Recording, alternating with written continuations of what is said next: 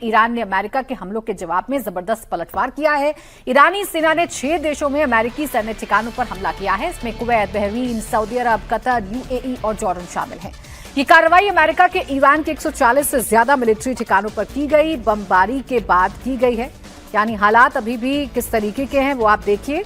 Attack की खबरें भी रोज सामने आ रही हैं। ईरान पर अमेरिका ने तीसरे राउंड में 140 ठिकानों को निशाना बनाया है। अमेरिकी सेंट्रल कमांड ने ईरान के कई शहरों पर बमबारी की है। बुशहर, बंदर अब्बास, सिरिक आइलैंड और मशहर समेत ईरान के कई इलाकों में तेज धमाकों की आवाजें सुनाई दे रही हैं। अमेरिकी सेना का कहना है कि 3 रात के अंदर उसने ईरान में 300 से ज्यादा मिलिट्री टारगेट पर अटैक किया है। अमेरिकी हमले में ईरान के ड्रोन और मिसाइल साइट पर भयंकर नुकसान पहुंचा है। अमेरिका ने दावा किया है कि उसके हमले में ईरान के एयर और समुद्री सर्विलांस सिस्टम भी तबाह हो गए हैं। अमेरिका ने अटैक स्ट्रेट ऑफ हॉर्मूज में ईरान की तरफ से कार्गो शिप पर हुए हमले के बाद किया है। ईरान पर हमले के बीच अमेरिकी रक्षा मंत्री पीट हेगसेथ का बयान भी सामने आया। पीट हेगसेथ ने कहा कि ईरान ने गलत फैसला लिया है, उसे अब इसकी कीमत चुकानी पड़ेगी। अमेरिका के हमले के बाद ईरान ने बड़ा कदम उठाया है। ईरान ने स्ट्रेट ऑफ हॉर्मूज को पूरी तरह से बंद कर दिया है। स्ट्रेट ऑफ हॉर्मूज से इस समय जहाजों की आवाजाही भी पूरी तरीके से रुकी हुई है। ईरान के नए सुप्रीम लीडर मुस्तफा खामनेई अपने पिता अयातुल्लाह खामनेई के जनाजे में भी नजर नहीं आए। इसी को लेकर सवाल उठे। इस बीच मुस्तफा ने के दफ्तर की तरफ से एक बयान जारी किया गया। 23 जुलाई को अयातुल्लाह खामनेई की शोक सभा आयोजित की जाएगी। शोक सभा तेहरान के प्रेयर हॉल में रखी गई है और इसमें मुस्तफा खामनेई भी शामिल होंगे। इसी को आधार बनाकर ट्रंप ने भी निशाना साधा मुस्तफा को लेकर और अब उनके शामिल ना होने को लेकर भी कई सारे सवाल हैं। लेकिन जिस तरीके से हमले पर हमले चल रहे हैं, समीर चौंगावकर जी, ट्रंप का रुख, अमेरिका का धमकी देना, मुस्तफा को लेकर चर्चा करना, किस दिशा में जा रही है ये हालात?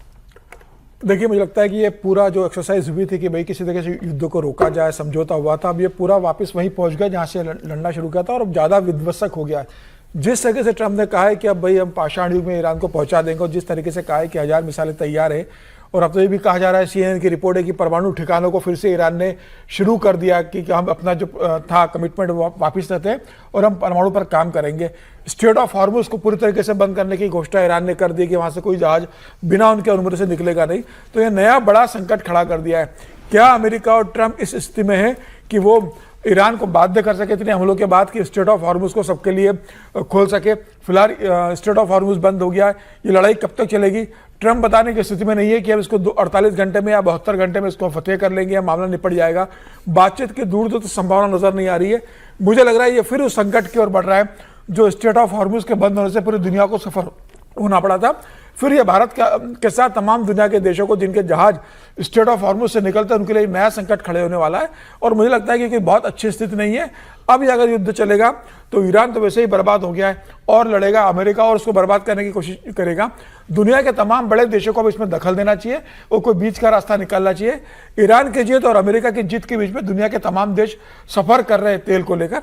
मुझे लग रहा है कि ये बहुत अच्छी स्थिति नहीं है, लेकिन फिलहाल इस स्थिति रहेगी, युद्ध होता रहेगा, आपस में लड़ते रहेंगे। बातचीत की संभावना फिलहाल नजर नहीं आ रही है कि कोई इनके बीच में बातचीत होगी। ये कहां जाकर रुकते बस ये देखना बाकी है। ये यहां से युद्ध बढ़ेगा हर्षवर्धन जी? ट्रंप तो हर बार अपना रुख बदलते हैं, ट्रंप धमकाते भी हैं, ट्रंप शांति की भी बात करते हैं, मुस्तफा को लेकर भी नजर बनाए हुए हैं कि वो क्यों नहीं जनाजे में शामिल हुए। हालांकि उनकी तरफ से चिट्ठी आई है, उस पर भी ट्रंप ने निशाना साधा है। हालात क्या होंगे यहां से? नहीं, देखिए, इस पर बड़ी स्पष्टता से मैं एक बात कहूं, ये जो कुछ अब हो रहा है ये ईरान की बददिमागी है। अभी तक जो हो रहा था वो ट्रंप की बददिमागी थी। ईरान अगर स्ट्रेट ऑफ हॉर्मूज को अपनी प्राइवेट प्रॉपर्टी समझ रहा है और उसके लिहाज से वो कह रहा है कि अगर हमसे बिना पूछे कोई गया, ओमान की साइड से भी गया, हमने रूट फिक्स कर दिया है, इसी रूट से आया, नहीं तो हम गोली चला देंगे। अभी भारतीय विमान पर उसने हमला कर दिया है, एक भारतीय लापता भी है, 10 को बचाया गया है। यह खतरनाक है और पूरी दुनिया को यह तो बात करनी ही पड़ेगी कि आपको अगर लगता है कि इंटरनेशनल वाटर ये आपकी प्राइवेट प्रॉपर्टी है तो ये नहीं होने वाला है। ये अमेरिका और ईरान की जो एक तरह से कहे कि किसकी जीत हुई वो तो साबित हो चुका था। ईरान का अपर हैंड दिख रहा था। अगर उसके बाद भी अमेरिका आकर कह रहा था तो सब ये कह रहे थे, दुनिया भर के जितने एक्सपर्ट थे, जितने एनालिसिस करने वाले थे, वो सब कह रहे थे कि भाई अमेरिका के झुकना पड़ गया। लेकिन उसके बावजूद अगर ये ईरान कर रहा है कि वो विमानों पर जो जहाज जा रहे हैं उन जहाजों पर वो हमला कर रहा है, कार्गो शिप्स पर, और वो सिविलियंस हैं, वो जिसको प्रधानमंत्री नरेंद्र मोदी ने G7 की बैठक में कहा था, जब अमेरिकी हमला हुआ था, उसके आधार पर उन्होंने कहा था वो काम अब ईरान कर रहा है।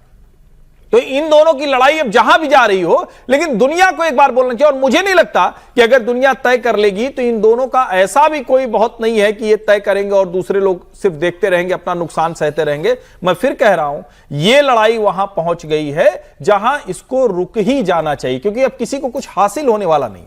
ये ऐसा तो कुछ होगा नहीं कि कोई बहुत बड़ा चेंज हो जाएगा। और बीच का रास्ता क्या, एक लाइन की बात है, आप इसको खत्म कीजिए, आपको जो कुछ होगा रिकंस्ट्रक्शन में या दूसरी चीजों में, और वो समझौते तो हो चुके थे। संपत्ति आपकी जो फ्रीज थी वो सब उसको खोल दिया था अमेरिका ने, सैंक्शन आपके हटा दिए थे, सब कुछ हो गया था। उसके बाद ये ईरान ने किया, ये विशुद्ध रूप से अब ईरान की बददिमागी है।